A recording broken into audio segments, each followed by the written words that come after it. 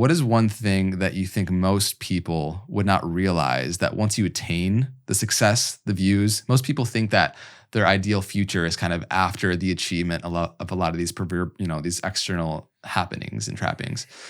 But being on the other side of it, now becoming a father, what's one thing that you think most people don't realize about actually attaining it and what it's like on the other side?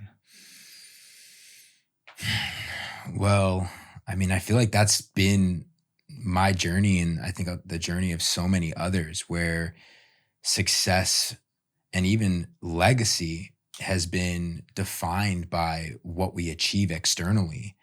And for me, it took going after all of that and sacrificing all the things that actually were meaningful and that are the things that we deeply are craving, like family and friendships and love and health and these things. And like, I thought it was cool to pretty much sacrifice those things to have these things externally, like the cars and the money and all of those things. And those things, I love those things. Right. I still love those things, you know, and like that have created joy in my life. Yeah.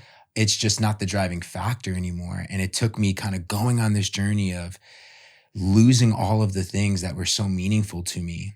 My friends, family, looking at me and being like, it was hard for me to even pick up the phone to talk to my mom. I would sacrifice even like picking up the phone to talk to my own mother because of business or the next deal or and it got to a point in my life where I was pretty broken inside. And although I had the followers, although I had the millions of dollars and I had the exotic cars and I had all these things, it got to a point where I finally got to just sit and look in the mirror and recognize that I wasn't happy, that those things weren't actually filling me up. And I just kept going. What's the next level, the next deal, the next thing, thinking that that's what's going to create the success, the fulfillment and the happiness. Right. And it just got to a point where I just had that moment with God and just basically just was like, what is this all for? And that kind of helped guide me one next step to thinking about purpose. Yeah.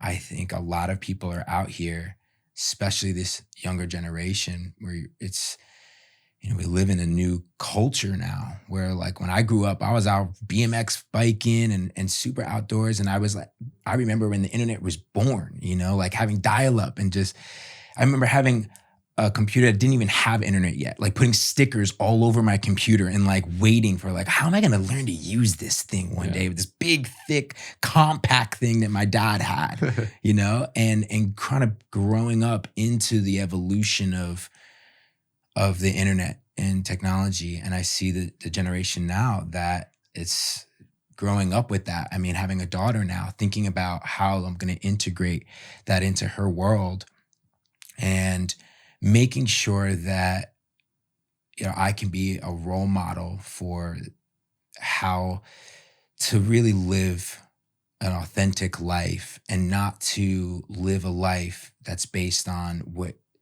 you feel is what success needs to look like to be valued and to be loved. Yeah. And that took me a really long time to learn, into my 30s.